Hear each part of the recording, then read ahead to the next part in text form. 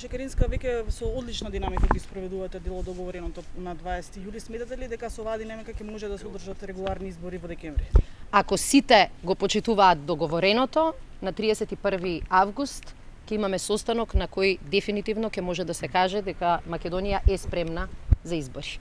Се разбира дека повеќе треба да ги цениме делата отколку зборовите. За жал, во минатото голем дел од политичките партии избегаа од договореното и заради тоа ние живееме веќе во повеќе од година и половина во политичка криза.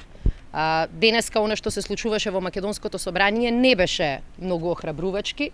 Видовме дека дел од политичките партии бегаат од ставањето подпис на законите кои што беа договорени. И гледаме дека координаторите на владеачките партии не сакаат да ги подпишат законите кои што нивните партии ги преговараа и ги договорија. Тоа не е добар знак, меѓутоа јас се надевам дека проблемот ќе биде решен. Очекувате до крајот на неделава тие да влезат во собраниска процедура? Според договореното, тие закони би требале до петок да бидат усвоени. А ги доставите текстовите до собрание? Мислам дека оние кои што требаше да ги достават, ги доставија и колку што знам, веќе во собранието се подпишуваат предлози кои што требаше да бидат предложени или подпишани од страна на координаторите на политичките, на партиските парламентарни групи. Кој не става подписно што вчера го договорите? Мислам дека денеска имаше информации кои што јас ги имам дури од втора рака, подобро е да се распрашате во собранието, меѓутоа и ВМРО, ДПМН и ДУИ го проблематизира подписот на своите координатори врз еден дел од законите. Велам, се надевам дека е лош денот, а не дека е ова само знак за бегање од договореното. Договоривте главен уредник на МТВ, а прецизирате ли некои детали? Каков мандат ќе има, дали ќе има можност, ако се соочи со некои несогласувања внатре во функционирањето, како ќе... Искуството не учи дека никогаш не можете да бидете подготвени кога некој свесно, намерно се однесува неконструктивно и го крши договореното. Ако има такви случаи, вие ќе ги видите и чуете. Не баравме ништо специјално, освен да добиваме професионалци на овие важни позиции. И затоа и ние со нашите предлози ќе покажеме дека тоа не се предлози на СДСМ, тоа не се предлози на опозицијата, тоа се предлози кои што покажуваат дека во оваа ваша професија може човек да биде и професионален и објективен и при тоа да обавува важна функција. Сметаме дека тоа ќе биде многу важно не само за новинарството, ќе биде многу важно за сите граѓани во оваа држава. Кога ќе ги објавите имињата кандидатите и за коктелот и за главен уредник? Според договореното ќе видите во законите постојат рокови кои што стартуваат од моментот кога законот ќе се усвои. Партиите ќе треба да ги достават, да ги имаат предлозите прецизирано, ако не се лажам, 8 дена потоа.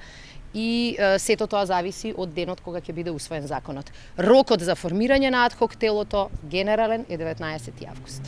Може ли само коментар околу вчера или за околу списокот за спорените гласачи? Се појавија голем број на граѓани кои што веќе се фигурираат на одредени листи и со години живеат на едно место на живење, а се појавија токму во овој спорен како спорни гласачи фантомски. Дали тоа фрла сомнеш на кој начин и како е? Ние сме во оваа ситуација заради тоа што во оваа држава владее хаос по многу прашања, вклучително крупни теми. Кој, каде живее, како е тоа регулирано, на кој начин комуницираат базите на податоци. И голем дел од граѓаните со право реагираат заради тоа што пријавиле фантом кој живее кај нив, но тој не влегува во списокот, а нивното име излегува. Знаете како некој со години создавал хаос за да го прикрие криминалот. И ќе треба да поминеме многу тестирање и многу проверки за да видиме до каде се достигаат овие криминални опашки. Меѓутоа од некаде мора да се почне. И ова е и добар начин да констатираме каде сме, да констатираме колку сме. Факт е дека бројката на македонски граѓани кои што овде живеат се намалува со оваа измена сега во избирачкиот список и зема предвид дека за жал Македонија секој ден ја напуштаат многу млади кои што најверојатно нивното дел од гласачко право било излоупотребувано во минатото. Тоа е едно од проблемите кои што се надеваме дека ќе се елиминира, очекуваме да се елиминира поради тоа што на избирачкиот список ќе стојат фотографии.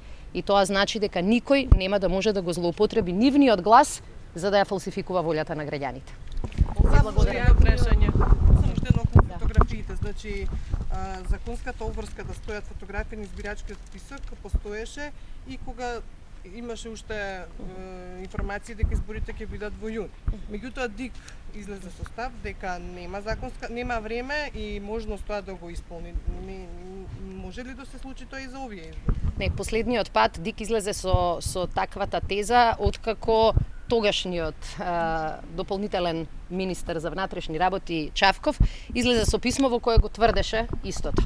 Тоа апсолутно не е точно и тоа само покажува отсуство на политичка волја да се обезбедат фери демократски избори. Ако некој бара од граѓаните мандат, ако некој бара од граѓаните шанса да ја носи одговорноста за оваа држава, нема никакво оправдување да се буни против еден сериозен тест за контрола, како што е фотографијата. Само оние кои што сакаат да ја злоупотребат волјата на граѓаните, само оние кои сакаат и ги фалсификувале изборите во минатото, само тие се противат на опцијата да постои фотографија.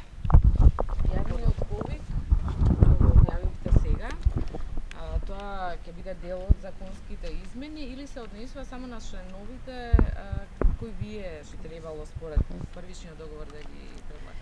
Ние предложивме и тоа беше ставено во договорот и е дел од сегашниот закон, дека кога партиите ќе ги предлагаат членовите на адхок телото, ќе се консултираат со професионалните здруженија. Ние денес одиме еден чекор понапред. Се отвараме не само на оние кои што се организирани во професионалните здруженија, туку и поединци кои што се професионалци во таа сфера.